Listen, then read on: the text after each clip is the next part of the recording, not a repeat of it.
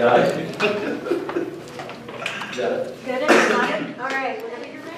Well, I just want to say fantastic movie. After the screening yesterday, I was blown away with the dynamics that I experienced throughout the entire film. One thing that that grabbed me was the dynamic between father and son. To me, you know, it was a struggle of Generation X and Zillennials kind of combining because of how hard you were on him because you wanted him to succeed in this picture and be better even than yourself.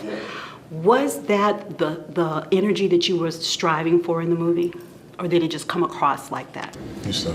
Absolutely. I think, you know, Trey and I talked a lot about our fathers and the dynamic that was kind of existing and how we grew out of it as we grew older. And I think the biggest thing is was realizing that all the sacrifices that, you know, our fathers have made was ultimately so that we could just be free and that we can be young people and we can and just live a life and be happy.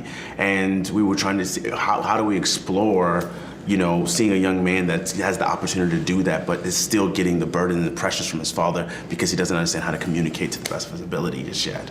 Wow, well, you gave me a different perspective about middle class, upper class, African American family.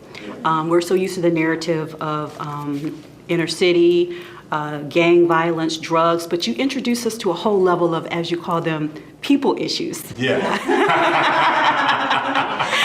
And those people issues kind of connected with everyone. Is that what you were looking for the audience to tell a story of just the struggles, family struggles, especially with the opioid addiction?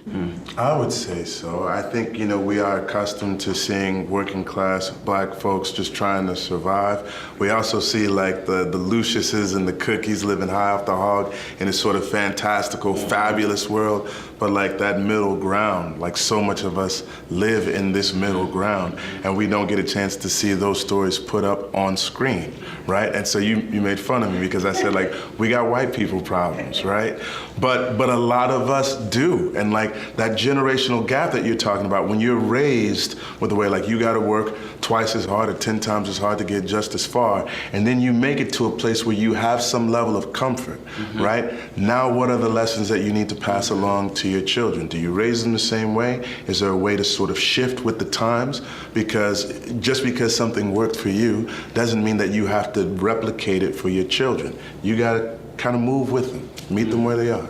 Now, Taylor, your storyline was fantastic as well. What touched me was how you, it's almost like you were provided that comfort when you were at the weakest, when your brother was incarcerated in the movie.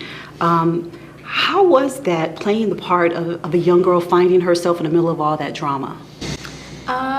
Well, there's a lot that I connected to in my own life with Emily and that I've experienced within my family and with my friends. So in many ways I feel like I've been there before, and we talk about how this was a really healing experience and movie to make, but I don't know, I think that there's certain parts that you kind of grab from your life that you infuse into the characters that you play. Well, this film is going to be coming out around the holidays, Thanksgiving, and I think it's a great story of blended families. I think it's a great story of forgiveness, and I think it's just a great story for people in general, and I was excited to see it. Thank you so much for the opportunity to view such great work. Thank you so much. I'm going to get it.